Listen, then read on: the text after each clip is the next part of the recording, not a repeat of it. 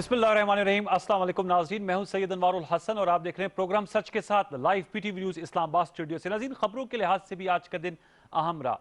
वज़ीर आज़म इमरान खान साहब की सरबराही में वफाकी काबीना का इजलास हुआ, जिसमें मुल्क की सियासी और मुआशी सूरत हाल पर गौर व गौस किया गया। काबीना को ब्रीफिंग दी गई मुल्क में जो कर्जे लिए गए अब तक और इस वक्त की जो सूरत हाल है कर्जों के एतबार से, और ये बताया गया काबीना को कि इन्हें मौजूदा हुकूमत को 30 खरब रुपए का कर्जा विरसे में मिला, जिसकी किस्तें अदा करने और मुल्क को दिवालियापन से बचाने के लिए मौजूदा हुकूमत ने भी कर्जा लिया। इसके साथ साथ मीडिया इतलात के मुताबिक वजीर आजम इमरान खान ने नवाज शरीफ साहब को वतन वापस लाने के लिए कानूनी तरीक़ाकार को तेज़ करने की हिदायत जारी की और इस सिलसिले में वजारत खारजा और FIA को टास्क दिया गया है। दूसरी जानिब, जिस तरह हमने कल गुफ्तगू की थी, कल हाई प्रोफाइल गिरफ्तारी इस तरह अमल में आई थी कि जब लाहौर हाई कोर्ट ने शहबाज शरीफ साहब जो कायदे हिस्ब इख्तिलाफ है इनकी अबूरी जमानत में तोसी की दरख्वास्त को मुस्तरद कर दिया था, आज इन्हें नैब ने एहतसाब अदालत में पेश किया और वहां से इनका 14 रोज़ा जिस्मानी रिमांड जो जज साहब हैं उन्होंने दिया।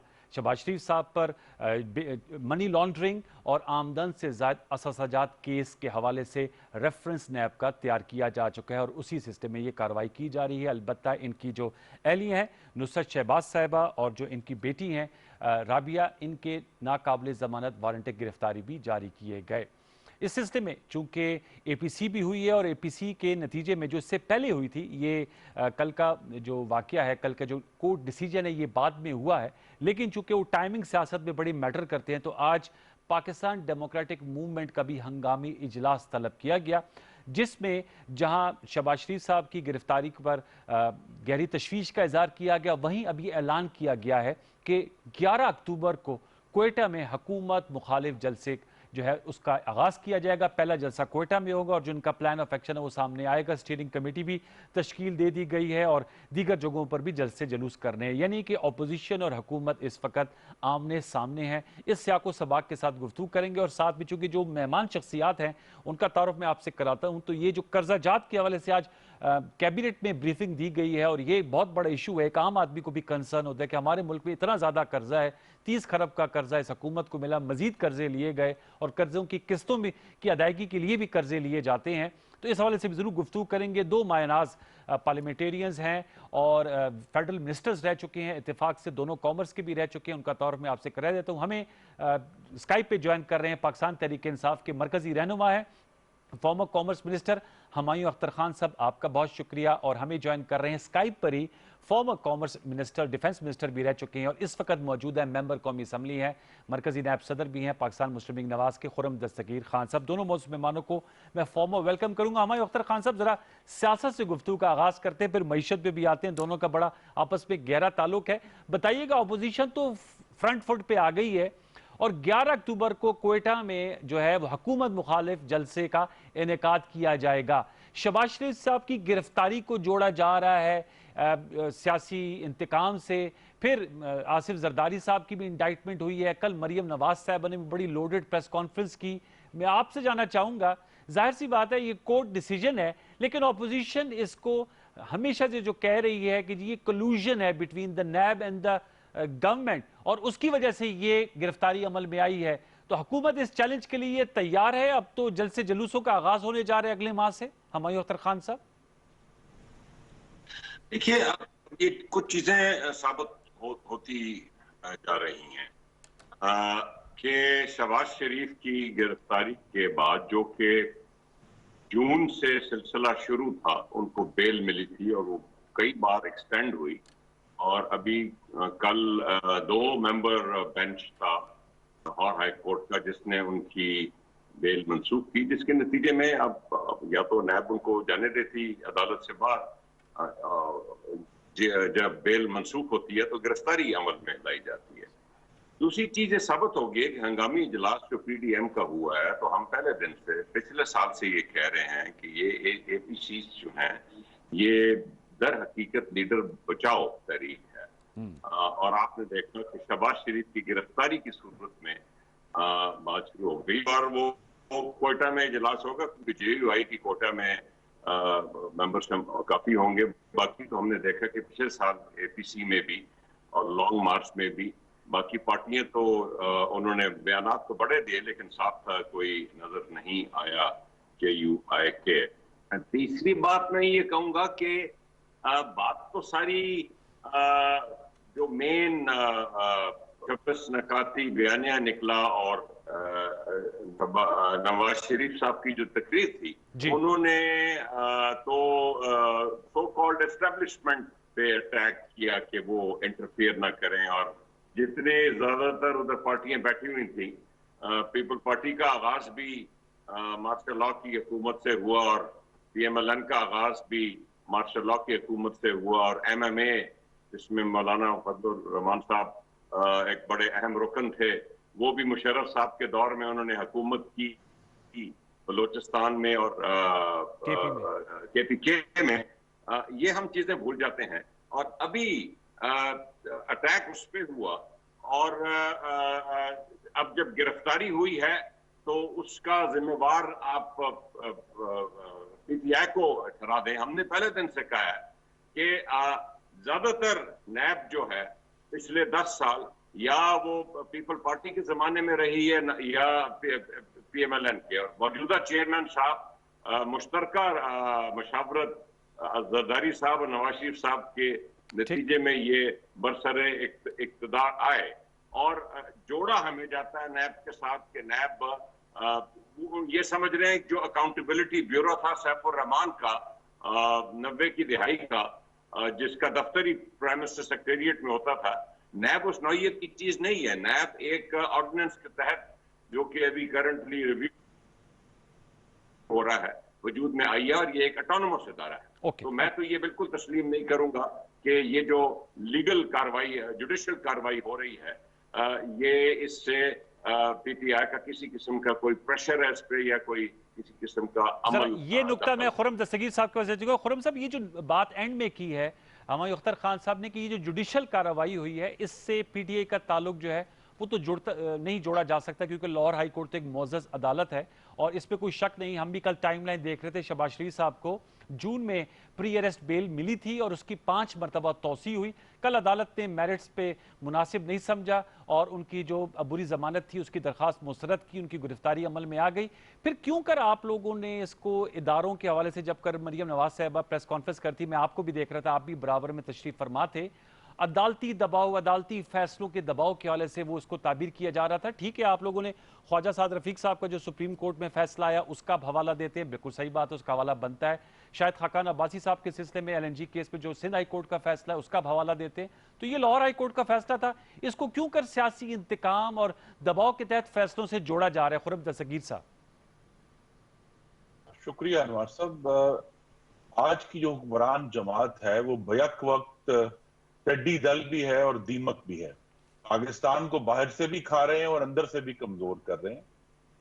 पहली बात आपके नाजरीन के लिए ये समझना जरूरी है कि अदालत ने कल गिरफ्तारी का हुक्म नहीं दिया था, हुक्म चेयरमैन नैब ने दिया था, जिसके खिलाफ शहबाज शरीफ साहब अदालत में गए थे और अदालत ने अबूरी जमानत एक्सटेंड की। कल उन्होंने उसको एक्सटेंड नहीं किया, लेकिन हुक्म उस नैब न्याजी गठजोड़ का है जिसके तहत शहबाज शरीफ जो पहले ही 133 दिन नैब की हिरासत में गुजार चुके हैं इस हुकूमत के दौरान, उनको दोबारा उन्होंने गिरफ्तार कर लिया एक और केस में, जिसके अंदर जो है वो हम ये देख रहे हैं कि जब मुकम्मल ताउन के बावजूद शहबाज शरीफ को वो अरेस्ट करने के दर पे हैं। और चूंकि शहबाज शरीफ अकेले नहीं है ना जी, वो नैब इसी तरह इंजीनियर कमरुल इस्लाम को भी गिरफ्तार करने के दर पे थी, नैब ख्वाजा साद रफीक और सलमान रफीक को भी गिरफ्तार करने के दर पे थी, हमजा शहबाज शरीफ है, मियां नवाज शरीफ है, मरियम नवाज है, शाहिद खाकान अब्बासी हैं, मिफ्ता इस्माइल है, बेशुमार, एहसन इकबाल को भी जो है हमारे सेक्रेटरी जनरल को भी। तो यहां आपने ये देखा है कि जब भी इनका अदालती टेस्ट हुआ है इन तमाम मुकदमों का, वहां नैब को नाकामी हुई। सिर्फ शाहिद खान अब्बासी का केस नहीं है, मरियम नवाज को जब बेल मिली पिछले साल नवंबर में, उसमें भी लाहौर हाई कोर्ट ने बड़े सख्त रिमार्क्स दिए। उसके बाद जो साद रफीक के केस में सुप्रीम कोर्ट ने एक तारीखी फैसला दे दिया। और हम ये सिर्फ अब पाकिस्तान की अदालतें नहीं कह रही ना जी, काउंसिल ऑफ इस्लामिक आइडियोलॉजी भी ये कहती है हमारे मुल्क की कि ये कानून जो है ये गैर इंसाफ है और बेमुनसफी पर मबनी है। ह्यूमन राइट्स वॉच भी ये कहता है कि ये कानून जो है वो पाकिस्तानी शहरियों के हकूक कुचलने के लिए इस्तेमाल हो रहा है। उसके बाद यूरोपियन यूनियन ये कहती है कि ये कानून वन साइडेड अकाउंटेबिलिटी कर रहा है, और वन साइडेड अकाउंटेबिलिटी तो बड़ी क्लियर है ना जी। ठीक, कि शहबाज शरीफ को आपने पहले 133 दिन रखा, आपने वो आपने बता फिर दिया। ले अब आप गए ये जेल मुझे में। बताएं, लेकिन जो है जो मालम जब्बा वाले और जो बीआरटी वाले वो जो आप 4 पूछते हैं दफा इनसे। आग लग के वो एक 100 अरब रुपए के खड्डे जो थे वो बंद हो गए हैं। और जो अहम तरीन बात है वो ये है, देखिए ये जो पूरा नैब का मामला है ये ऑपोजिशन को कुचलने के लिए इस्तेमाल हो रहा है। हमजा शहबाज को 14 माह हो गए हैं, खुर्शीद शाह को भी 1 साल से ऊपर हो गया है। आज मीर शकील रहमान जो जंग ग्रुप के चीफ एडिटर है उनको 200 दिन हो गए हैं। इनके क्या जुर्म है? इनका जुर्म जो है वो नहीं है जो जिसका इल्जाम लगा है, इनका जुर्म है हुकूमत के खिलाफ आवाज लेकिन उठाना। खुर्रम साहब, ये जो और ये शहबाज जुर्म शरीफ जो साहब है के खिलाफ पाकिस्तान रेफरेंस है, में, अब आपने देखा है कि फ्रीडम इंडेक्स में पाकिस्तान 5 दर्जे नीचे खुर्रम चला साहब, गया वो है आपका इस हुकूमत बयानिया के है। दौर में। जी, मेरा करप्शन सवाल ये इंडेक्स आपसे ये में था, ये तो आपका पाकिस्तान बयानिया जो है वो और मजीद नीचे गिर गया है 5 जी, दर्जे। ये मैं तो इसका यहाँ जवाब देता हूं। एक, जिसे मैंने कहा, दीमक और टड्डी दल जी, बैक वक्त है। अंदर से भी पाकिस्तान को कमजोर कर रहे हैं और बाहर से भी खा रहे हैं। और आखिरी जो बात है, जो बाहर से खाने की बात है, कि यूटिलिटी स्टोर में पूरे मुल्क में आटा, दालें और चीनी गायब हो चुकी है। पाकिस्तानी बिल बुला रहे हैं लेकिन इनको कैबिनेट मीटिंग में सिर्फ नवाज शरीफ को वापस बुलाना याद है, उनको आटा नहीं याद, उनको दालें नहीं याद और चीनी नहीं याद। और चीनी जिसके ऊपर हजारों रिपोर्टें कागजी हमने इतने सफों की पब्लिश की हैं, चीनी की कीमत मुस्तकिल बढ़ रही है। आटा मैं आपको यहां बता सकता हूं, गुजरावाला में बैठ के, हर रोज नायाब से नायाब होता जा रहा है, उसकी सप्लाई नहीं आ रही। मैं यही तो मेरा सवाल था कि जो आपका पाकिस्तान डेमोक्रेटिक मूवमेंट है, क्या आपने नैब के जरिए जो है वो ऑपोजिशन को गिरफ्तार करके अंदर ये सर डाल आपका बयानिया गया। खुर्रम साहब, मेरा सवाल यही था, हमायूं साहब इसका आप जरूर जवाब दीजिएगा, आपने नुकात सारे नोट कर लिए होंगे। लेकिन जो पीडीएम की आज मूवमेंट हुई उसमें ज्यादातर बात तो शहबाज शरीफ साहब की अरेस्ट, ये जो नायाब आटा है, महंगी चीनी है, जो मुल्क के कर्जे हैं, इस पे जरा कम बात हुई थी। और शहबाज शरीफ साहब के सर ये इनके खिलाफ काफी ज्यादा रेफरेंस भी बना हुआ है ना, 7 अरब रुपए का है और आमदन से ज्यादा असासे और मनी लॉन्ड्रिंग। वो आगे चल के मैं आपसे पूछूंगा कि उसके जवाबात भी तो आपने देने हैं। क्यों कर इसको फिर एक पॉलिटिकल पाकिस्तान डेमोक्रेटिक मूवमेंट के गाब में क्यों आप लोग इसको एक पॉलिटिकल अरेस्ट करार दें? लेकिन जो हमायूं अख्तर साहब, ये सवालात है कि सिर्फ पीएमएलएन के खिलाफ क्यों कर यकतरफा कार्रवाई होती है? वो गार्ब इसलिए है कि शहबाज शरीफ लीडर ऑफ द ऑपोजिशन है कौमी असेंबली में। ठीक है सर, ये कौमी असेंबली में ऑपोजिशन की बहुत बड़ी तादाद मौजूद है, उसको वो हेड करते हैं। तो जब हुकूमत जो है लीडर ऑफ द ऑपोजिशन को जेल में डालेगी तो फिर पूरी दुनिया में इजहार राय की आजादी और पाकिस्तान में जमहूरियत की कमजोरी के सवालात उठेंगे। आप जो है भाग नहीं सकते, इसका सामना करना पड़ेगा। और अब जब, जैसा मैंने कहा, अगर आपने इन्वेस्टिगेशन करनी थी तो जिस तरह अलीम खान साहब को जो है आपने इजाजत दे दी कि जनाब आप बेल पर हैं, और उनको हुकूमत ने इनाम के तौर पे पंजाब का वजीर खुराक बना दिया और उनके होते हुए 60 लाख टन गंदम पंजाब से गायब हो गई। तो जो लोग नैब ज़दा हैं उनको तो आपने सीनियर वजीर बनाया हुआ है। अब ये जरा मैं हमारे साथ ये जो सवाल है होंगे कि उनके ऊपर कोई प्रेशर नहीं है, ठीक है, उनको कोई गिरफ्तारी करने का कोई लेकिन तमाम गिरफ्तारियां ऑपोजिशन की हुई हैं और जो लोग अंदर हैं तमाम लोग ऑपोजिशन के हैं। मैं आता हूं सर आपके पास। हमायूं साहब, आपने सुन लिया, गिला ये है कि तमाम गिरफ्तारियां नून लीग की हो रही हैं और इन्वेस्टिगेशन स्टेज पे नहीं गिरफ्तार। और ये वैसे तो सवाबदीद होती है चेयरमैन नैब की, वो खुर्रम साहब के लिहाज से बात ठीक है कि अगर रेफरेंस बन गया तो बहुत से लोगों के रेफरेंस बने, उनकी गिरफ्तारी अमल में नहीं आई, लेकिन लीडर ऑफ द ऑपोजिशन को गिरफ्तार किया गया है। और ये आटा और चीनी की भी बात करते हैं, जरा जवाब दीजिएगा हमायूं अख्तर साहब।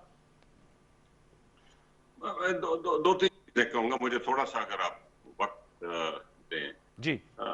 एक तो हमने एपीसी में ये देखा, जो कि अब पीडीएम चलाती है, कि इस वक्त न सिर्फ पाकिस्तान में बल्कि दुनिया में बड़े मसाइल हैं, बिलखुसूस कोरोना रिलेटेड, कोविड रिलेटेड। और हमें वैसे ही 2 साल पहले बड़े मसाइल मिले थे, ऊपर से कोरोना आ गया। अल्लाह का शुक्र है कि हमें इतनी सलाहियत थी कि हमने उसका बड़े ऐसे तरीके से मुकाबला किया। लेकिन आपने पूरी एपीसी में देखा होगा कि अवाम के किसी मसाइल के, रोजगार के क्या मसले हैं, इंडस्ट्रियलाइजेशन के क्या मसले हैं, ज़राअत के क्या मसले हैं, या टिड्डी दल के, या इसमें किसी किस्म का कोई मशवरा सामने नहीं आया। हाँ, उसका वन आइटम एजेंडा था कि हमें सो कॉल्ड एस्टेब्लिशमेंट से दूर रहना चाहिए। जुडिशरी की तारीफ कर दी गई, लेकिन ये भूला गया कि नवाज शरीफ साहब जब डिस्क्वालीफाई हुए तो वो पूरी जीटी रोड की मूवमेंट जो थी वो मुझे क्यों निकाला मूवमेंट थी, जो कि आपको मालूम है कि जुडिशरी के खिलाफ मूवमेंट थी। बाकी ये किसी किस्म की कोई ख्वाहिश पाकिस्तान की एस्टेब्लिशमेंट की नहीं होती कि वो कॉन्स्टिट्यूशनली जो उनके दायरा कार है उससे बाहर निकले।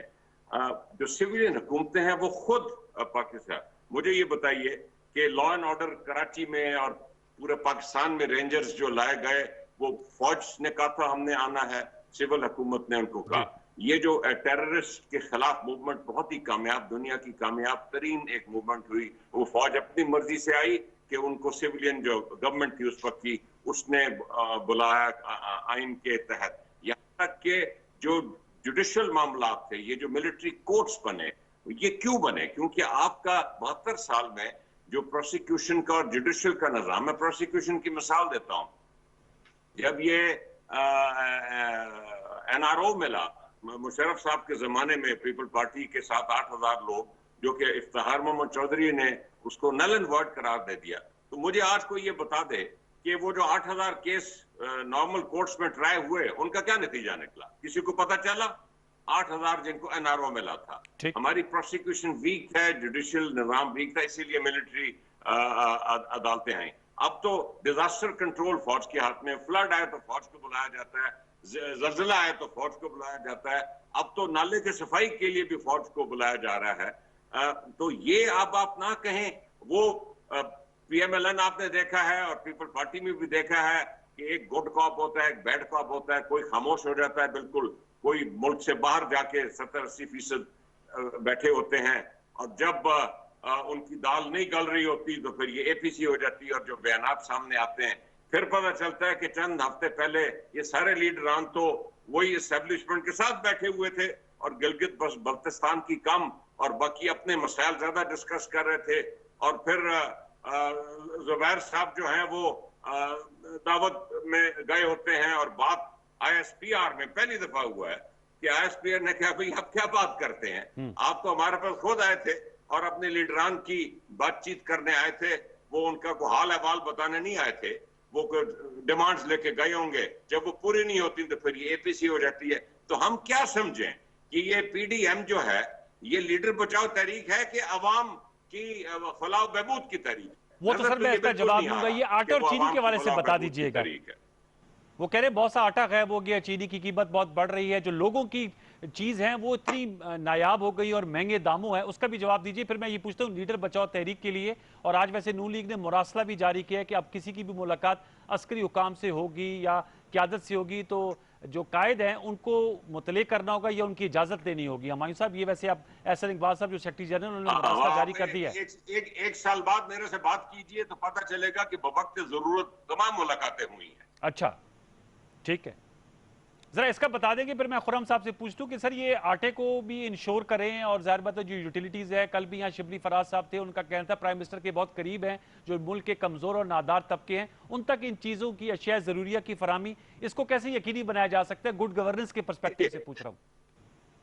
दो तीन चीजें होती हैं। एक तो आपने देखा कि जो हमें दो साल पहले के हालात मिले उसमें जो हमें रुपया को डिवैल्यू करना पड़ा वो बड़ा इन्फ्लेशनरी होता है, उससे इंपोर्ट्स महंगी हो जाती हैं। अब उसका जो असर है कम होता जा रहा है। आपने देखा कि स्टेट बैंक ने तकरीबन 6-6.5% इंटरेस्ट रेट्स कम किए हैं। जी। और बहुत से ऐसे इंसेंटिव निकाले जिससे इंडस्ट्री को फायदा। ये जो मौजूदा हालात देखिए, सीजनल चीजें होती हैं, सप्लाई साइड के इश्यूज होते हैं, बहुत कम वक्त के लिए ये इश्यू सामने आते हैं। आपने देखा कि हम चीनी इंपोर्ट कर रहे हैं ताकि किसी किस्म की जो भी हमें कमी सामने नजर आ रही है वो हम पूरी कर सकें। गंदम हम इंपोर्ट कर रहे हैं, ये सप्लाई साइड इश्यूज होते हैं। और आपने देखा कि गवर्नमेंट बड़ी तेजी से चलती है। जब पेट्रोल की शॉर्टेजेस हुई थी, आपने देखा कितनी तेजी से वो शॉर्टेजेस जो है हमने दूर की। तो अगर चंद दिनों के लिए कोई चीज महंगी हो जाए तो ये मैं मिसाल देता हूं कि आज से बहुत साल पहले काफी अरसे से महंगी है वैसे कीमतें। PMLN के दौर में चीनी जो है वो 110 115 रुपए पे चली गई थी, फिर वो कम होके 55 रुपए 50 रुपए पे भी आ गई। ये कमोडिटीज इस तरह मूव करती हैं, तो ये कम होगी, इसका मतलब है कि गवर्नमेंट को बड़ा मोहतात रहना चाहिए। और ठीक है, ईसीसी मीटिंग में मुझे तो याद है, फोरम साहब को भी याद होगा, पहला आइटम होता है कि जो सेंसिटिव आइटम्स हैं उनकी कीमतें मुल्क में और स्टॉक्स की क्या सूरत हाल है। हर गवर्नमेंट इसका बड़ा ख्याल रखती है, फोरम साहब के पास लेकिन जाऊंगा जी। मौसम की वजह से या और सप्लाई साइड इश्यूज की वजह से वक्ती तौर पे कम वक्त के लिए खुरम साहब, ये आपने सुन लिया जो हमारे अख्तर साहब कह रही है, सीजनल होता है और आपके दौर में 110 115 रुपए किलो ही, फिर 50 55 पे आ गई थी। इसका जरूर जवाब दीजिएगा। दूसरा सर, ये जो मुरासला भी जारी किया है, तो फिर हमारे अख्तर साहब उस पॉइंट को हैमर कर रहे हैं कि बवक्त ज़रूरत आप लोग मुलाकातें भी कर लेते हैं, बाद में फिर आपका बयानिया ये आता है कि जी जो है वो कोई नुमाइंदा नहीं मिला, वो ज़ाती मुलाकातें थी। तो मैं आपसे जानना चाहूँगा, जो एंटायर एस्टेब्लिशमेंट एक स्टांस आप लोगों ने लिया है, हमारी साहब ने तारीखी हवाले भी दिए, जाहिर बात है नवाज शरीफ साहब का कैरियर का स्टार्ट जनरल जिलानी से जोड़ा जाता है और फिर ज़ौलक साहब की कैबिनेट में वो बने और फिर वज़ीर आला पंजाब भी बने। ये तो एक हकीकत है, पीपल्स पार्टी के भी क्रेडेंशियल्स हैं, MMA का भी बता रहे थे। तो ये लीडर बचाओ तहरीक कह रहे हैं PTI वाले, और आप कह रहे हैं कि हम जमहूरियत की बहाली के लिए जो है वो सब इकट्ठे हुए हैं। ये दो बयानियाँ आ रहे हैं खुर्रम दस्तगीर साहब। सबसे पहले तो जो एलामिया है, मैं उसका शिक नंबर 4 पढ़ना चाहता हूं। इस सिलेक्टेड हुकूमत ने रिकॉर्ड तोड़ महंगाई, बेरोजगारी, टैक्सों की भरमार से आम आदमी की जिंदगी अजीरन कर दी है। ये इजलास आटा, चीनी, घी, बिजली, गैस और पेट्रोलियम मसनूआत की कीमतों को फौरी कम करके इतदाल पर लाने का मुतालबा करता है। ये जो बात कहनी है कि जी आपने जो है इसमें एलामिया में ये बात नहीं की, उसका 5वां ही पढ़ देता हूं कि सिलेक्टेड हुकूमत की नाकाम पॉलिसी के नतीजे में तबाह हाल मुईशत, पाकिस्तान के दिफा, एटमी सलाहियत और मुल्क की बावकार खुद मुख्तारी के लिए संगीन खतरा बन चुकी है।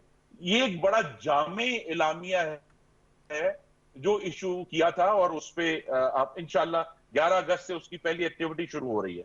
दूसरी बात यह जी कि हमारे साहब ने फरमाया कि जी हमें पैसा जो रुपया है वो डीवैल्यू करना पड़ा जी। अब डीवैल्यूएशन का रिजल्ट ये है कि PTI की हुकूमत अपने पहले 2 सालों में उतनी एक्सपोर्ट भी नहीं कर सकी जो PMLN ने अपने आखिरी साल में की थी। और इस साल हमने अभी जो अगस्त के लेटेस्ट नंबर्स हैं 20%, उससे भी कम है, 20% डाउन है अगस्त 2020 की एक्सपोर्ट अगस्त 2019 के मुकाबले में।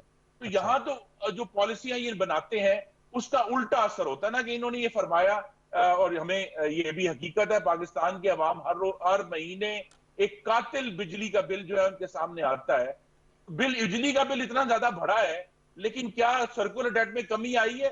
सर्कुलर डेट अनवार साहब आज बापटा के चेयरमैन ने अनाउंस किया कि डबल से ज्यादा हो गया है। PMLN गवर्नमेंट ने 1056 अरब रुपए का सर्कुलर डेट छोड़ा था जो आज 2300 अरब रुपए से तजावज कर चुका है। तो बिजली की कीमत तो आपने कातिलाना हद तक बढ़ा दी, लेकिन सर्कुलर डेट फिर भी बढ़ी जा रहा है। इसी तरह जो है ये हुकूमत ने कहा कि जी हमने IPP से एक बड़ा तारीखी मुआहदा किया है जिसके नतीजे में बिजली की कीमतें कम होंगी, लेकिन जो असल हुकूमत का अमल है वो ये है कि पहला जो IPP के मुआहदे का नतीजा है वो ये आया कि 1.25 रुपए यूनिट बिजली बढ़ा दी गई है। और अब ये कह रहे हैं कि IMF का जब दोबारा से एग्रीमेंट ऑन होगा तो ये बिजली कीमतें मजीद कातिलाना हद तक जाएंगी। तो यहाँ एक मुकम्मल नालायकी है जो जिसके नतीजे में तमाम मुआशी पॉलिसियां इनकी नाकाम है। यहां तक कि भी आज वज़ीर आज़म को यह भी कहना पड़ा, आप ये भी बताया अवाम को काबीना में, कि उन्होंने कहा कि हम गंदम इंपोर्ट करने में भी नाकाम है, इसकी भी इंक्वायरी करें कि कौन लोग गंदम इंपोर्ट नहीं करने दे रहे। इस कदर नालायक की हुकूमत है, दीमक और टिड्डी दल का इम्तजाज है कि ये गंदम भी इंपोर्ट नहीं कर पा रहे जो पाकिस्तान के लोगों को चाहिए, और गंदम रोजाना महंगी हो रही है। और दूसरा जो आपने सवाल किया कि ये जो पूरी तहरीक है, अगर आप उसके 27 नुकात पढ़ेंगे तो मकसद यही है कि आईन पाकिस्तान ये कहता है कि इक्तदार आला अवाम के मुंतखब नुमाइंदों के हाथ में होगा। आज वो इक्तदार आला नहीं है, ये बात वाजे होनी चाहिए। और मैं खुद इसका आईनी शाहिद हूं कि फरवरी 2019 में हिंदुस्तान ने पाकिस्तान के ऊपर मिसाइल ताने हुए थे, लेकिन वजीर आजम ऑपोजिशन से बात करना नहीं चाहते थे। चीफ ऑफ आर्मी स्टाफ ने हमें ब्रीफिंग दी, मैं भी उसमें शामिल था। अच्छा। इसी तरह जब फाटक के बिल थे तो अस्करी इदारों ने हुकूमत और ऑपोजिशन को इकट्ठा किया और कहा कि जी ये फाटक के बिल पास कर दें। वजीर आजम वहां से भी मफरूर थे, और ये भी गिलगित बल्तिस्तान का इंतहाई सेंसिटिव मामला है, वहां से भी वजीर आजम मफरूर थे। तो ये ठीक है कि पाकिस्तान में फिल आइन और फिल बाकी हुकूमत फर्क है, डी फैक्टो डी जोरे, लेकिन जहां वजीर आजम अपना काम कर भी सकते हैं वो वहां से भी मफरूर है। वो सिर्फ अब उनका जो जाती बुगज है वो कभी गिरफ्तारी की सूरत में जाहिर होता है और कभी इन अहम मीटिंगों से फरार की सूरत में खुर्रम जाहिर साहब, वो होता है आप कि जी मफरूर वो का लफ्ज ऑपोजिशन बहुत से यूज हाथ कर नहीं रहे हैं। मिलाना चाहते। इस्लामाबाद हाई कोर्ट नवाज शरीफ साहब को भी मफरूर करार दे चुका है। के मामलात हैं वो आर्मी चीफ को हैंडल करने पड़ते हैं। तो ये जो मुलाकात की बात है, ये मोहतरम नवाज शरीफ साहब ने भी अपने उसमें सर्कुलर में भी कहा है कि अगर हमें जरूरत पड़ेगी तो हम बात करेंगे, क्योंकि पाकिस्तान में इस वक्त फिल वाकई हुकूमत वही है, चाहे फिल आइन एक सेलेक्टेड हुकूमत कायम है, लेकिन जब फिल वाकई हुकूमत होगी जो हिंदुस्तान के मामले में भी, जो फैटफ के मामले में भी, जो गिलगित बल्तिस्तान के मामले में भी, और भी बहुत इससे फर्क किस्म के सियासी उमूर हमारे सामने आए पिछले 2.25 साल में, और वहां वजीर आजम मफरूर है और उनकी जगह आर्मी चीफ ने ये काम किया। ये हमायूं अख्तर साहब, मफरूर का वर्ड बहुत दफा यूज किया है खुर्रम साहब ने। नवाज शरीफ साहब को वापस लाने के हवाले से भी इस्लामाबाद हाई कोर्ट ने कहा है कि अगर नहीं वो आ रहे तो मफरूर डिक्लेयर उनको किया है, तो उनको भी वापस ले आए, ताकि खुर्रम दस्तगीर साहब ने जो ये मफरूर वजीर आजम कह रहे थे, एक साबिक वजीर आजम जिनको अदालत ने कर दिया, उनको आप वापस लेकर आए। और दूसरा ये जो उन्होंने कहा है कि जाहिर सी बात है, जो फिगर्स कोट कर रहे हैं आप लोग, तो कहते हैं कि आप लोगों के दौर में एक्सपोर्ट्स बेहतर हो रही हैं, जो प्राइमरी खसारा है वो सरप्लस हो रहा है, कर्जे जो है वो 30 खरब के माजी में लिए गए, आप लोगों को अदा करने के लिए मजीद कर्जे लिए जा रहे हैं, आप तो IPPs को रीनेगोशिएट कर रहे हैं, वो कह रहे हैं बिजली जो है महंगी हो रही है। और ये तो हकीकत है कि नेपरा ने ₹1.62 इजाफे की मंजूरी दी है। तो सर बताइएगा, जो कारकर्दगी चार्ट है उसमें खुर्रम दस्तगीर साहब तो आपको बड़ा नीचे करार दे रहे हैं, टड्डी दिल और दीमक और इस तरह के अलकाबात आपके लिए इस्तेमाल कर रहे हैं, क्या कहेंगे आप? ये सर्कुलर डेट का भी पूछ लेना कि जी, सर्कुलर डेट भी सुन लिया बढ़ाने के बावजूद सर्कुलर डेट 2300 अरब कैसे हो?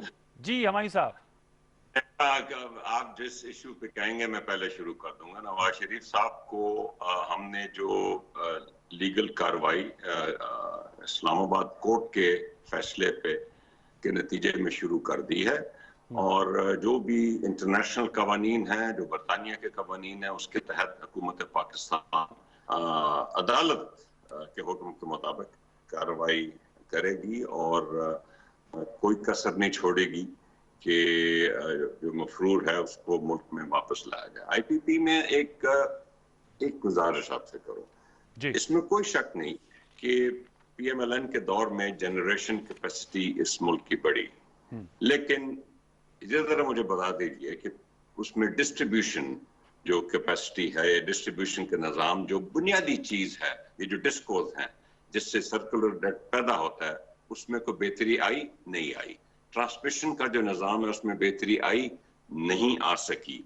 हाँ, इस वक्त जनरेशन इतनी ज्यादा बढ़ा दी गई थी कि अभी जो इकोनॉमी की वजह से जो इक़दामात उठाने पड़े IMF के मंसूबे के मुताबिक, जिससे मैन्युफैक्चरिंग ग्रोथ नीचे आई, और जो मैन्युफैक्चरिंग ग्रोथ, क्योंकि मैन्युफैक्चरिंग सेक्टर एक बहुत बड़ा सेक्टर है जो बिजली इस्तेमाल करता है, तो बिजली की खपत कम हुई और उस वजह से आपने देखा कि ये सर्कुलर डेट ज्यादा तेजी से बढ़ा, क्योंकि जो इक़दामात उठाए गए इकोनॉमी को ठीक करने में, उसमें इंडस्ट्री ने बिजली कम इस्तेमाल करनी शुरू कर दी। एक्सपोर्ट्स का देखिए, मैं अपने जो कॉलीग्स रहे हैं कॉमर्स में एहतराम करता हूं उनका, खुर्रम साहब कॉमर्स मिनिस्टर रहे हैं, लेकिन देखिए 2007 के आखिर में 2008 के शुरू में पाकिस्तान की एक्सपोर्ट्स $19.6 बिलियन थी जी।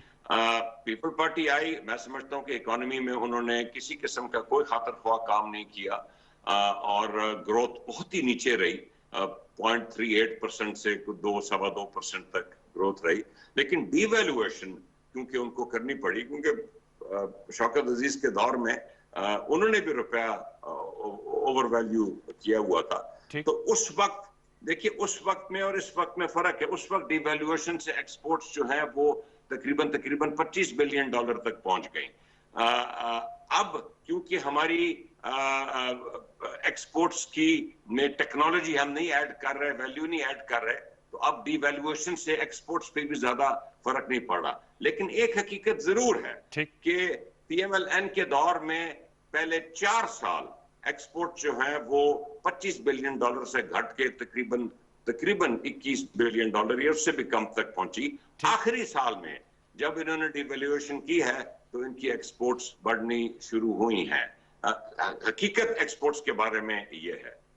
अब ये बता दें, जो खुर्रम दस्तगीर साहब कह रहे थे कि आपने चूंकि मुलाकातों की बात की अस्करी क़यादत से, तो उन्होंने कहा ये एक वो तासुर ये दे रहे कि हाइब्रिड गवर्नेंस है, चाहे गिलगित बल्तिस्तान का इशू हो, भारत की जानिब से जो अटैक किया गया बालाकोट पे और वो जो हमारे दरख्त शहीद की और फिर हमने जवाबी कार्रवाई की, तो उसमें भी हमने आर्मी से बात की और उनका जो ब्रीफिंग थी उस पर खुर्रम साहब शरीक थे, वज़ीर आज़म साहब वहाँ पर मौजूद नहीं थे, फिर GB की मीटिंग में भी नहीं थे।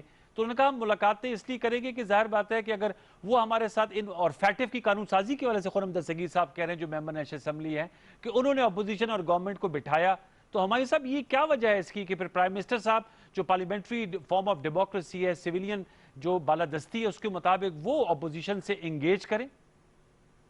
देखिए, मैं थोड़ा सा अगर हम पीछे जाएं तो आपने देखा होगा कि जो प्राइम मिनिस्टर होता है या चीफ एग्जीक्यूटिव होता है, उससे तो मुल्क के इदारों के जो सरबराह होते हैं वो नॉर्मल हर वक्त मिल रहे होते हैं, चाहे वो SI के सरबराह हों या पाकिस्तान फौज के सरबराह हों। और अगर पाकिस्तान की फौज या एस्टेब्लिशमेंट ये महसूस करे कि उनको मुल्क की बाकी सियासी कुव्वतों से भी कोई मशवरा लेना है, तो उसमें जरूरी तो नहीं है कि प्राइम मिनिस्टर शामिल। प्राइम मिनिस्टर तो हर हफ्ते मशवरा कर रहा होता है इन इदारों के साथ। आपने देखा होगा कि नवाज शरीफ साहब के दौर में जब इस तरह की मुलाकातें और मशवरा लिया जाता था अपोजिशन से, तो जरूरी तो नहीं था कि नवाज शरीफ साहब भी उसमें बैठे हों। तो ये कोई इतना एक्स्ट्राऑर्डिनरी मेरी नजर में चीज नहीं है कि अपोजिशन इसमें सेंसिटिव हो और महसूस करे कि भाई फला टाइम पे प्राइम मिनिस्टर साहब मौजूद क्यों नहीं थे। ठीक है खुर्रम साहब, अब ये जो शहबाज शरीफ साहब तो गिरफ्तार हो गए हैं, तो अब ये बताएगा, मरियम नवाज साहबा ने कल प्रेस कॉन्फ्रेंस की थी, तो सवाल ये है कि अब वो शहबाज शरीफ साहब की एब्सेंस में लीड करेंगी, और सर एक मॉरल रिस्पॉन्सिबिलिटी तो नवाज शरीफ साहब पर भी होती है ना कि चलें हुकूमत उन्होंने जाने दिया सेहत के इलाज के लिए, अब मॉरल रिस्पॉन्सिबिलिटी है कि डेली मैं देखता हूँ उनके विजुअल वो हसन नवाज साहब के दफ्तर में जाते हैं, ऑनलाइन आप लोग का इजलास करते हैं, तो इलाज के लिए गए हुए हैं ना, पॉलिटिकल एक्टिविटीज कर रहे हैं, तो वापस आ जाएं और फिर अपना कैद काटें और उसके मुताबिक जो उसके दौरान वो सियासत कर सकते हैं वो सियासत करें एज ए कायद। वैसे तो लीगली वो नहीं, आप ना सदर आपके बन सकते हैं और वो तो लाइफ टाइम डिस्क्वालीफाइड हैं, तो ये तो मुनासिब नहीं है मॉरली एंड पॉलिटिकल स्पीकिंग के। वैसे आप सेहत के लिए गए और ऑनलाइन इजलास कर रहे हो और बयान दे रहे हो, मीडिया से इंटरेक्ट कर रहे हो, खुर्रम साहब? तो जनाब अनवर साहब, ये मुनासिब है कि एक ऐसा जज जिसको लाहौर हाई कोर्ट की इंतजामी कमेटी ने मिसकॉन्डक्ट पर डिसमिस किया, उसको नौकरी से बर्खास्त किया, उसके फैसले पर नवाज शरीफ को आप सजा याफ्ता करार देते हैं। नवाज शरीफ सजा याफ्ता नहीं है, ये फैसला तो स्टैंड करता है ना अपनी जगह, और हमें ये जो अगर वो डिसमिस किया फैसला तो नहीं खत्म हुआ ना सर। मुनासिब है तो फिर सब कुछ आप कह ले मुनासिब है। और मियां नवाज शरीफ इंशाल्लाह जैसे ही उनकी 2 सर्जरीज होनी है, जो अभी कोविड की वजह से फिर प्रॉब्लम उठ गई है, लेकिन जैसे ही इंग्लिस्तान में उनको सर्जरी का इशू उनका डेट्स आती हैं, वो अपनी सर्जरी करवाकर मुल्क में वापस आएंगे और बतौर पाकिस्तान के शहरी के वो सियासत भी करेंगे। और ये जो नारवा फैसले हैं जिसके जरिए उनको सियासत से बाहर किया गया है, एक दिन उनका हिसाब भी हो जाएगा कि जी कि कैसे हुआ एक शख्स जिसने तनख्वाह नहीं ली, उसके बावजूद उसको उस तनख्वाह के ऊपर डिस्क्वालीफाई कहीं से। चले वो सर, वो तो सुप्रीम कोर्ट का फैसला है। अल-अजीजिया में चूंकि अपील नवाज शरीफ साहब ने की है, उनको इन पर्सन आना पड़ेगा उनको फॉलो करने के लिए। खुर्रम भाई, मुत्तहिद है और इंशाल्लाह जो PDM जिस तरह लेकर चलेंगे उसमें क़यादत पार्टी के सीनियर वाइस प्रेसिडेंट है शाहिद खान अब्बासी साहब, वो करेंगे। अच्छा, वो उनको करेंगे। भी कल नैब ने बुला लिया है, ये भी इत्तफाकी नहीं है, ठीक है, लेकिन मरियम नवाज साहब अभी इस पूरी तहरीक में हमारे साथ शाना बशाना। चले बहुत बहुत बहुत शुक्रिया, वक्त मेरा खत्म हुआ जाता अपने पहले सेगमेंट का। इंजीनियर खुर्रम दस्तगीर खान साहब आपका शुक्रिया और हमारे अख्तर खान साहब, आपने दोनों ने गुफ्तगू की। व्यूअर्स, वक्फा लेने से पहले हम आपको बताते चले कि अगले सेगमेंट में हम बहुत इंपॉर्टेंट इशू है कि जो 11 पाकिस्तानी हिंदू हैं जिनको पुरस्रार अंदाज में कत्ल कर दिया गया, उसका मामला उठा पाकिस्तान में। पाकिस्तान हिंदू काउंसिल ने उसको उठाया और उस सिलसिले में उन्होंने एहतजाज किया। या विजुअल्स भी लाइव देख सकते हैं। इस्लामाबाद आए, इंटीरियर सिंध से, पंजाब से, खैबर पख्तूनख्वा से, हिंदू कम्युनिटी, सिख कम्युनिटी, उन्होंने आके पुरजोर एहतजाज किया, धरना दिया इंडियन हाई कमीशन के सामने कि खुदारा जो उनकी पुरस्कार मौत हुई है, जो पाकिस्तानी शहरी हैं लेकिन उनको झांसा देकर सिटीजन मुतनाज़ सिटीजन अमेंडमेंट एक्ट के तहत जो कार्ड्स दिए जाते हैं, उस हवाले से उसके हकायक बताएं। इस हवाले से हम गुफ्तगू करेंगे ब्रेक के बाद और जानेंगे कि अब ये मामला जब इंटरनेशनलाइज हो रहा है तो भारत का जो फाशिज्म है और जो फाशिस्ट चेहरा है वो दुनिया पे आया हो रहा है। और ये जो सिर्फ मुसलमानों के, सिखों के खिलाफ नहीं बल्कि जो हिंदू हैं, सिर्फ उनका ताल्लुक पाकिस्तान से था, लिहाजा उनको मौत के घाट उतार दिए। सब कुछ जानेंगे वक्फे के बाद। वक्फा ले लीजिए।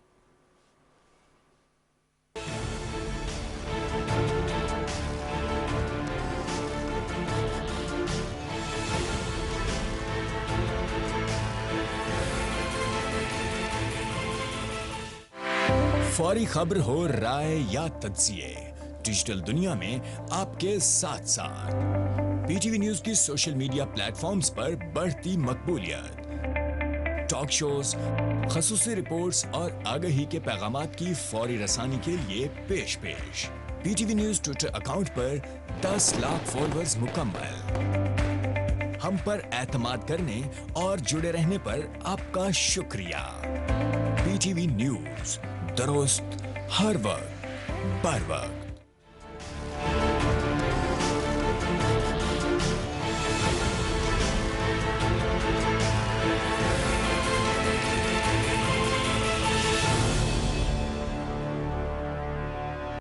जी नाज़रीन, हमारे साथ मौजूद हैं, पाकिस्तान तहरीक इंसाफ से आपका ताल्लुक है, मेंबर कौमी असम्बली हैं, सीनियर पार्लियामेंटेरियन हैं और पाकिस्तान हिंदू काउंसिल के सरबरा डॉक्टर रमेश कुमार साहब। डॉक्टर साहब, बहुत शुक्रिया कि आपने वक्त दिया। मैं आपसे जानना चाहूँगा, ज़ाहिर बात हम आपसे सियासी मुबाहिसे भी करते हैं लेकिन एक ये ह्यूमन इशू है और जो पाकिस्तानी हिंदू जो भारत गए और ज़ाहिर बात है वहाँ पर एक रेफ्यूजी का उनका स्टेटस था और उनके पास आधार कार्ड्स भी थे, उनका बड़े पुरस्कार अंदाज में मौत वाक़ई हुई है। इस हवाले से आप लोगों ने एहतजाज भी किया। हमने देखा इस्लामाबाद में आप लोग आए, खैबर पख्तूनख्वा, इंटीरियर सिंध से, पंजाब से जो हिंदू कम्युनिटी है पाकिस्तानी वो आई, आपके साथ सिख भी मौजूद थे। इंडियन हाई कमीशन के सामने जाके आपने धरना भी दिया। मैं जानना चाहूँगा कि बताइएगा क्या वजह है कि उन जो 11 अफराद का कत्ल हुआ है उस हवाले से आपको भारत की जानिब से काबिल तसल्ली जवाब नहीं मिला जिसकी वजह से आप एहतजाज कर रही हैं? अनवर, आपको पता है कि मैं खुद अपनी लाइफ कंफर्टेबल गुजारता हूँ। ये एहतजाज वगैरह रोडों के ऊपर आना ये हमारा काम नहीं है। मगर एक being a pattern in chief Pakistan Hindu council, बहुत सारे लोग हैं हिंदू कम्युनिटी के, मुहाजिर कम्युनिटी के, जो आज भी इंडिया गए हैं लॉन्ग टर्म वीज़ा के ऊपर रहते हैं। क्या किन हालात में हमें पता नहीं है। मगर अगर एक फैमिली हो जिसकी एक बेटी इधर हो जी और 12 बंदे उधर हो, वो 12 में से 11 लोगों का मर्डर हो जाए और एक जो बच्चे उसको भी पागल बना दिया जाए, वो बेटी अगर मुझे बार बार पाकिस्तान हिंदू काउंसिल की ऑफिस में आए कि मेरा ये पूरा ख़ानदान में है, इसका बाप है, इसकी माँ है, मेरे भाई हैं, मेरी बहन है, मेरी भांजी है, मेरा भांजा है, मेरे 2 भतीजे हैं, मतलब पूरे ख़ानदान की आके लिस्ट दे और वो पाकिस्तानी नेशनल है, आप मुझे इंसाफ दें। मुझे बताएं कि अगर वो अनपढ़ बेचारी है वो भी समझती है कि ये पाकिस्तान नेशनल है, लाजमी है लोगों ने उनको कहा बीइंग ए पाकिस्तान नेशनल ये हमारा हक नहीं पहुंचता। बिलाशुबा 9 अगस्त को वाक़या होता है, 10 अगस्त को उन लोगों ने मुझे अप्रोच की। Last year? नहीं, 10 अगस्त ये 1.5 महीना पहले। अच्छा। 10 अगस्त को उन्होंने मुझसे अप्रोच की। मैंने फ़ॉरेन एम्बेसी से, हमारी फ़ॉरेन ऑफिस से कांटेक्ट किया, पाकिस्तान हाई कमीशन से कांटेक्ट किया। उन्होंने कहा डॉक्टर साहब ये थोड़ा सा लंबा प्रोसीजर है। वहाँ पे भी बात हुई, उन्होंने कहा हम बिल्कुल एक्सटर्नल अफेयर्स मिनिस्टर से वहाँ पे बात करते हैं, एक्सेस लेते हैं, आप फिक्र नहीं करें, ये एक नेचुरल प्रैक्टिस है और जिस भी कंट्री में जो जाता है और उसकी वेरीफायर कापी भी हमारे साथ शेयर हो जाएगी, हम उसको खुद ही देखते हैं। ठीक, हमें थोड़ा टाइम दें, महीना खान इस चीज़ों में लग जाएगा। मैंने अम्मा को कहा, मैंने कहा जो होना था वो तो हो गया, मैंने एम्बेसी के नोटिस में लेके आया हूँ, 1 महीना तकरीबन लग जाएगा, आप थोड़ा दिन सब्र करें। 15-20 दिन के बाद फिर पूछा, मैंने कहा आपको 1 महीना बोला था, अभी थोड़ा सब्र करें। 1 महीने के बाद मैंने कहा अभी तक नहीं हुआ। मैं आके फॉरेन मिनिस्टर से मिला, फॉरेन मिनिस्टर फॉरेन ऑफिस को। मैंने कहा यार क्या सर ये क्या हुआ? तो उन्होंने इस चीज़ को, हमारी गवर्नमेंट ने इम्पोर्टेंस दी कि नहीं आप बिल्कुल माइनॉरिटी का मसला है मगर ये पाकिस्तानी है, और उसने उसी वक्त इंडियन एनवॉय को वहाँ पे बुलाया, ठीक, जो पाकिस्तान में उनको बुलाया और उनको सख्त नोटिस दिया कि भैया आप इस हवाले से हमें मालूमात हमारे दें। पास टाइम नहीं है, हमें कम्युनिटी का बहुत ज़्यादा प्रेशर है, आप हफ्ते के अंदर मीन्स 5 वर्किंग डे में हमें बताएं। मैंने कहा सर ठीक है। 21 तारीख को वो दिन वो भी पूरे हुए। 22 को मैं दोबारा आया फॉरेन मिनिस्टर के पास, सितंबर। मैंने फॉरेन मिनिस्टर साहब को मैंने कहा कि सर ये मुझे बताएं अब इसका कोई हल। तो उन्होंने कहा कि यार ये इंटरनेशनल चीज़ें हैं, भारत डीट है, मैं फिर दोबारा कोशिश करता हूँ, 1 हफ्ता दें। मैंने कहा सर अब नहीं दे सकते, अब हमें खुद उनको बताना है कि हिंदू मेजॉरिटी कंट्री जो है वो पाकिस्तान डैशिंग में हिंदू कम्युनिटी के साथ भी क्या कर रहा है। फिर मैंने 3:30 बजे अपनी प्रेस कॉन्फ्रेंस भी कॉल दी तो 6 घंटे के अंदर लोग निकल आए। 24 घंटे का, 48 घंटे का, कितने कितने घंटों का सफ़र करके लोग आके एहतजाजी मुरासला भी दिया भारतीय हाई कमीशन में। यहाँ पे जब पहुँचे हम नानकाना साहब तक पहुँचे। नानकाना साहब से इस्लामाबाद आने का रास्ता है 4 घंटे का, वो हमने 14 घंटे में तय किया। इंतजामिया बार बार रोकती रही कि डिप्लोमेटिक एनक्लेव की तरफ नहीं जाएं, नहीं जाएं, नहीं जाएं, हम जाने नहीं देंगे, आपको और कोई स्पेस देते हैं। ये बहरहाल हम मुश्किल से इकट्ठे होके जब सेरिना तक पहुँचे तो फिर दोबारा रोक दिया। बहरहाल हम वहाँ भी क्रॉस होके हम फॉरेन ऑफिस के सामने आ गए। उसके बाद हमारी वहाँ पे रात को तकरीब हुई, हमने वहाँ पे अपना मौक़िफ़ दिया। दूसरे दिन फिर इंतजामिया ने कहा कि आप इसको ख़त्म करें, पूरी ट्रैफिक बंद है, हज़ारों के हिसाब से लोग थे, मतलब सेरिना चौक से लेके नादरा चौक तक पूरा रोड पब्लिक ही पब्लिक था दोनों तरफ, और बसें ही बसें थी। 200-300 बसें अगर भर के आ जाएं, उसके अलावा पैदल लोग आ जाएं, लोग सारे हैरान हो गए कि हिंदू कम्युनिटी इकट्ठी हो गई। मैंने कहा हम तो इंडियन हाई कमीशन को खुद नोटिस दिए बगैर हम नहीं जाएंगे। ये मेरी कापी भी आपके सामने है, ये हम रेजोल्यूशन जाके मैंने खुद जो है वहाँ पे उनकी खिड़की में भी दिया, और जो बाहर दरवाज़ा है उधर भी हमने लगाया कि आते जाते एम्बेसीज जो है वो इसको सुने कि एक पाकिस्तानी नेशनल अगर यहाँ पे ब्रिटिश नेशनल होता, अमेरिकन नेशनल होता, क्या इंडिया की गवर्नमेंट उसको एक्सेस देती या नहीं देती। ये एक इंटरनेशनल ट्रीटी है और ये उसके सिग्नेटरी है। यूएन के मेंबर कंट्रीज को उस हवाले से बात करनी चाहिए। कश्मीर के रेजोल्यूशन पे भी बात नहीं करती हैं, ऐसे भी बात नहीं करती हैं, ह्यूमन राइट्स एसोसिएशन बात नहीं करती हैं, तो मेरे ख्याल में ये मुनासिब नहीं है। मैंने लाजमी है इंटरनेशनल कम्युनिटी को भी जगाया है। मैं इस इशू को, देखिए मेरे ऊपर एक वज़न है, मैं तो समझता हूँ कि ये 11 लोगों का मर्डर जो है इसको तो इंसाफ मिलेगा ही मिलेगा, मगर मैं आपको आज क्लियर बता देता हूँ कि इस मर्डर की हकीकत जानने के बाद इंडिया ने जो सिटीज़न एक्ट का जो एक बिल, एक ड्रामा रचाया है लोगों को अटैक्ट करने के लिए और अपनी माइनॉरिटी को इनसिक्योर करने के लिए, जो इंडिया के लिए भी बेहतर नहीं है, वो उनको रिवर्ट करना पड़ेगा। वो देखो, लेकिन वो तो काफ़ी ढीठ हुकूमत है। आपने नोट किया सिटीज़न एक्ट हो, जो आपका नेशनल रजिस्ट्रेशन उन्होंने एक एक्ट बनाया है, और वो जितने गैर हिंदू अक़लियतें हैं, मुसलमान हैं, सिख हैं, मसीह हैं, उनको वो डी इंडियनाइज करना चाहते हैं। बात यह है कि अगर रिवर्ट नहीं भी करते हैं, मगर इस हकीकत को जानने के बाद आप international media, Washington post, New York time, माना कोई ऐसी अखबार नहीं है, BBC, CNN, हर बंदे ने ये कि भाई Hindu leader in Pakistan protest outside the Indian high commission, ये खबर लगे और कि पाकिस्तान डैशिंग में इंडिया वाले इस तरीके से रियासत तंदी हो गई है। देखिए मैं कल भी मुझसे, आपने एक जगह ये भी कहा कि इनको जासूसी के लिए कहा जाता है कि अगर जासूस बनोगे पाकिस्तान के हवाले से तो फिर आपको शहरियत दे देंगे। देखिए मैं आज था शुमाली वजीरिस्तान, मुझे बताएं कि वहाँ पे आके लोगों को मार कर जाते हैं, ठीक, कैसे इंटरनेशनल कम्युनिटी अगर उसके अंदर इन्वॉल्व हो जाती है, कैसे इन्वॉल्व होती है।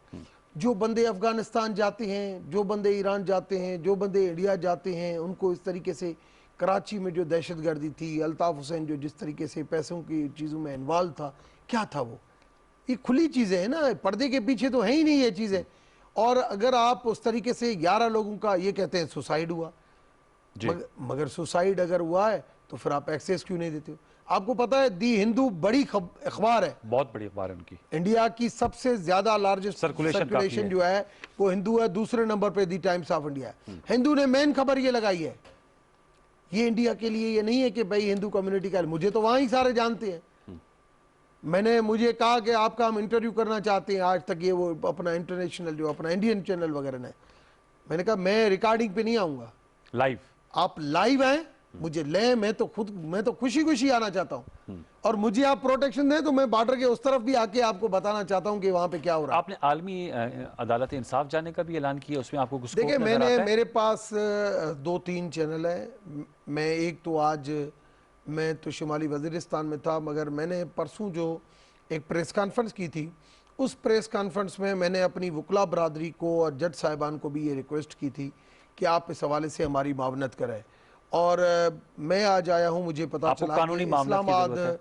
हाई कोर्ट बार की तरफ से आज कॉन्स्टिट्यूशनल पिटीशन जो है वो दाखिल हो गई है हमें इंसाफ दिलाने के लिए।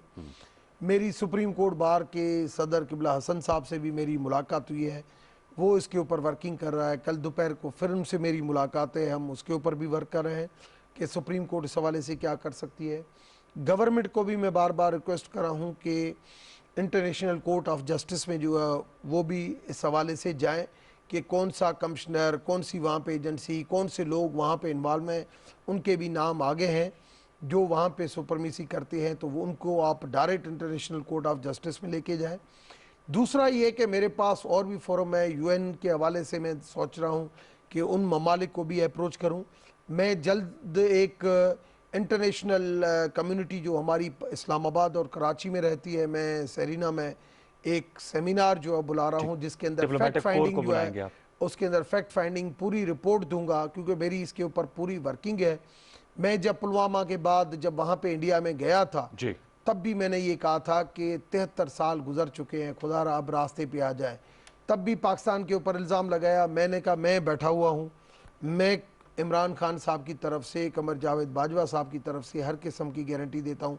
अगर आपके पास किसी भी किस्म की इंफॉर्मेशन या डोजियर है, आप मेरे साथ शेयर करें, मैं आगे हालात को बेहतर बनाने के लिए तैयार हूँ। और मैं आपको बताऊँ, इंडिया के लोगों से मैं मिलता रहता हूँ, मैं साल में 2 मरतबा जाता हूँ। वहाँ पर भी कम्यूनिटी ये कहती है कि यार इतना बड़ा मुल्क है, ये कश्मीर के अंदर भी इतना जुल्म क्यों करे हो, लोगों की आवाज़ को बंद करे हो। मैंने अपने रेजोल्यूशन के अंदर लिखा है, Hinduism teaches the peace, interfaith harmony, good human beings. लेकिन ये तो हिंदुत्व के मानने वाले हिंदुत्व हैं। है ही नहीं, ये तो हमारे लीडर भी गलत कहते हैं। मैंने अपने हमारे एक लीडर, सोच है ना देखिए वो एक ब्राह्मण सुप्रीमेसी की, नहीं, वो भी नहीं है, वो भी नहीं तो फिर है। ये मैंने इसके ऊपर आर्टिकल भी निचली लिखा है। जात के हिंदुओं को भी खिलाफ हैं, वो भी नहीं। मुसलमानों के भी खिलाफ हैं, बात नहीं, मसीहों के भी खिलाफ नहीं, है, ये नहीं सिखों है। के भी खिलाफ है। मैं ये नहीं है, मैं आज भी बयानात जो देखे, मैं सुन रहा था वो- मैं फैक्ट के साथ बात करता हूं। वहां पे भी कम्युनिटी बहुत खुश है। एक चीज जो पाकिस्तान डैशिंग है ना, जो इंडिया की रियासत के हुक्मरानों को अंधा करके बैठी हुई है। आप पाकिस्तानी हैं, चाहे किसी भी कम्युनिटी से ताल्लुक रखते हैं, वो उनके आपके मुखालिफ होंगे। वो आपके दुश्मन है। ये जो पाकिस्तान डैशिंग है, कश्मीर का इशू क्यों है, ये इन लोगों का मर्डर क्यों है, तो वो उस मुसलमान हैं। पाकिस्तानी डैशिंग के चक्कर में इंडिया ने अपने आप को सेक्युलरिज्म से जो है वो हिंदू कंट्री का नाम दे दिया, एक माइनॉरिटी का मेजॉरिटी मतलब अपनी कम्युनिटी का नाम दे दिया। नहीं तो इंडिया का जो महात्मा गांधी का इंडिया था, जवाहरलाल नेहरू का इंडिया था, आज इंडियन कम्युनिटी खुद कह रही है कि ये गलत कर है। मगर वहां पे जो जीत इस वजह से जाती है कि जब हुक्मरानी में होती है, ये राशन कार्ड, ये पैसे, ये वो गरीब कौमों के अंदर इतना देते हैं उनको कि उन वोटों से जीत जाती है। बिजनेस कम्युनिटी भी उनको सपोर्ट कर देती है, इस वजह से जीत जाते हैं। मगर समझदार लोगों के पास अगर आप जाएं, ठीक, तो इसकी फाशिज्म के जो खिलाफ हैं। फाशिज्म के खिलाफ है, ये मैं भी फाशिस्ट है। फाशिज्म, देखो मैं आज भी कहता हूं, मुझे हर मुल्क के लिए रेस्पेक्ट है। इंडिया के अंदर भी हमारी गंगा माता वहां पे है, मैं साल में 2 मरतबा जाता हूं। मैंने अपने लोगों को कहा कि कोई किसी किस्म की, यहाँ पे एक बंदा मेरा लेके आया जज्बाती फ्लैग के हवाले से, मैंने कहा नहीं, ये हमारा काम नहीं है किसी का फ्लैग जलाना, ये करना। फिर पढ़े लिखे लोगों में उसमें फर्क क्या है? हमें हर मुल्क के लिए इज्जत है, मगर हमें उस रियासत की पॉलिसियों के खिलाफ जाना है जो रियासत की पॉलिसियां जो फाशिज्म को बढ़ाती है। तो इस हवाले से मैं ये इंटरनेशनल फोरम के ऊपर भी जा रहा हूँ। जिनेवा के अंदर जो ह्यूमन राइट्स कम्युनिटीज हैं, उन एजेंसी, उन सबको मैं इकट्ठा कर रहा हूँ, अल्लाह करे कि उसके आप उसके ऊपर भी कर रहा हूँ। आप तो डॉक्टर- मैं कोशिश ये मेरी है कि इनका जो असल चेहरा है असल वो दुनिया चेहरा को दिखाएं। सामने में आए Yes. और उनके पास और कोई मौका नहीं रहे, और ये इन बिटवीन पाकिस्तान और इंडिया ये एक ऐसी टर्निंग पॉइंट हो कि कश्मीरियों को भी हक मिले, ये खिताबी अमन की तरफ जाए, और ये लोग जो है ना जिस किस्म के बेवकूफ़ बन के जा रहे हैं उनको भी बेचारे जो वापस आना चाहते हैं उसको भी हम वेलकम करें, जो धरती माता को छोड़कर गए हैं जो हिंदू, वो भी वापस पाकिस्तानी आए, हिंदू वापस आए, जो ठीक। और जो लोग वहां पे बैठे हैं उनके भी हालात का हमें पता चले चले हम कि वो आपको किन हालात गुड में लक रहते हैं। कहेंगे। डॉक्टर उमेश कुमार साहब, बहुत शुक्रिया, और आपने एक अच्छा कॉज उठाया है, एक ह्यूमन राइट्स का इशू है, and we wish you success in your endeavours. Viewers, आपने देखा और आपने सुना कि जहां हम बात करते हैं फाशिज्म की, तो उसकी वाज़ेह मिसाल है कि अपने हम मज़हब होने के बावजूद चूँकि उनका ताल्लुक पाकिस्तान से है, तो उन्हें सुसाइड यानी कि खुदकुशी का नाम देकर इस मामले को अंडर द कारपेट रखने की कोशिश की जा रही है। लेकिन मेरे ख्याल में ये एहतजाज जो है और रायगान नहीं जाएगा, और किसी की भी मौत ना हक हो उसका हिसाब तो आपको देना होगा। प्रोग्राम सच के साथ में ये नशिस्त आपको कैसे लगी, फेसबुक और ट्विटर पर अपनी राय से मुझे ज़रूर नवाजिएगा। इंशाल्लाह ज़िंदगी से आपसे मुलाकात होगी कल रात 10:05 पर। तब तक के लिए सैयद अनवारुल हसन और सच के साथ की पूरी प्रोडक्शन टीम को इजाज़त दी। अपना बहुत सा ख्याल रखिए। अल्लाह ने के बाद।